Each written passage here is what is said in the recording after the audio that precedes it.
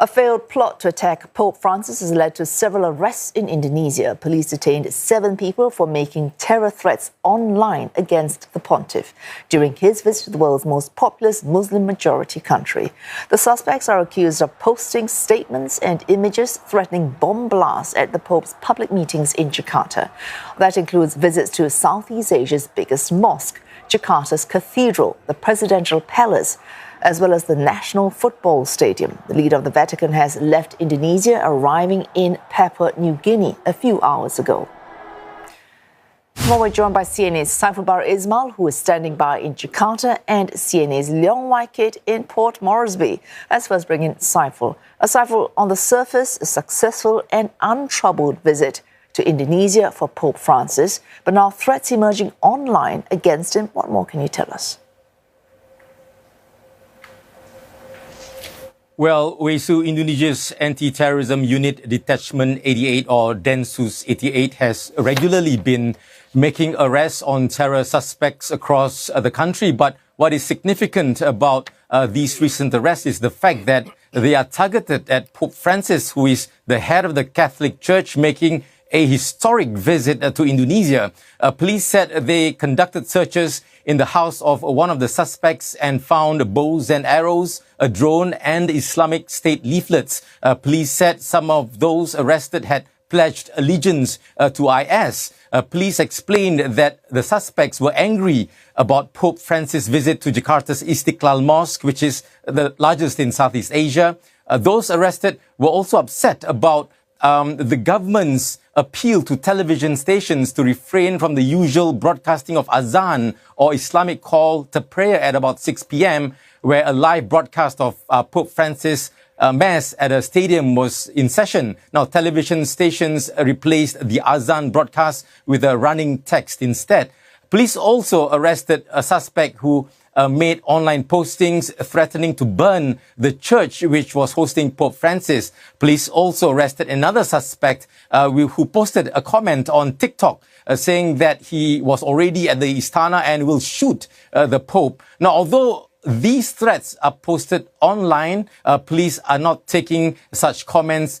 Police are taking such comments seriously and will not tolerate such actions from anyone. Now, what is interesting to note is that even though the threat of terrorism exists in Indonesia and in fact all parts of the world, Pope Francis chose to travel in an ordinary vehicle in Jakarta. It was not an armored vehicle, nor a bulletproof vehicle. In fact, Pope Francis, who sat on the front seat of the car, had the window down to wave his hand at the groups of people who were lining up in the streets to see a glimpse of him. Now, interfaith harmony, which is key in dealing with intolerance and extremism, were among the chief messages of Pope Francis' Jakarta visit. However, Indonesia, which subscribes to a variety of belief systems, has experienced religious extremism in the past, and the recent arrests made on potential acts of terror just underlines the need for greater interfaith dialogue in the country. Also, Saiful was speaking to us there from Jakarta. Wai Kit now, you're in Port Moresby, and the Pope has since leaving Jakarta landed in Papua New Guinea. Wai Kit, we just heard Saifulbahri there talking about these arrests. Now, these arrests were made across 2 days earlier this week. So Papua New Guinea would have had time to appreciate these security threats and therefore bolster any security presence that is needed given the visit of the Pope. Are you seeing signs of that on the ground where you are? Well, Wesu, I just got off the phone with a source who confirmed that the Jakarta police side is now sending or in the process of sending intel cross borders for the Pope's security.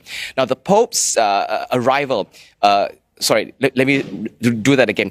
The timing of the news piece came after Pope left Indonesia completely, after he landed in Papua New Guinea, after he was wheeled to his vehicle, after all journalists were packed onto our minibuses to our hotel here, and you can see behind me journalists filing stories. It was only during that time that the news broke. Of course, we immediately shared links of those stories in our journalist group chat. The Vatican is aware of the situation and so far has not said anything yet. Now let's delve a little bit more about timing. You said, Wesu, earlier that the arrests were made earlier this week.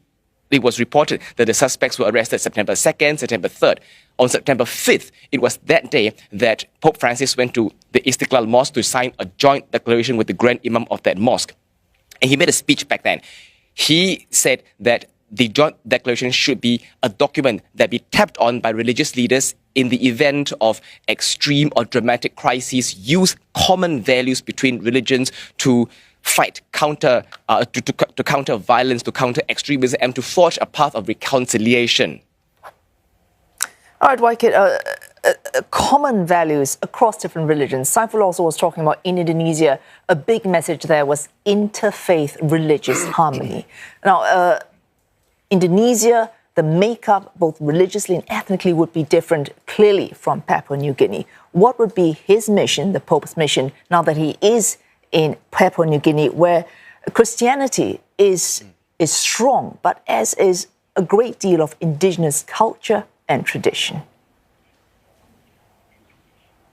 Right. The Pope is widely expected to push for environmental messages, given that Papua New Guinea in just recent days was hit by a 6.2 earthquake. So far, there are no known casualties. But earlier this year, there was a major deadly landslide. Thousands were killed. And back then, Pope Francis had sent prayers for the country and for the people.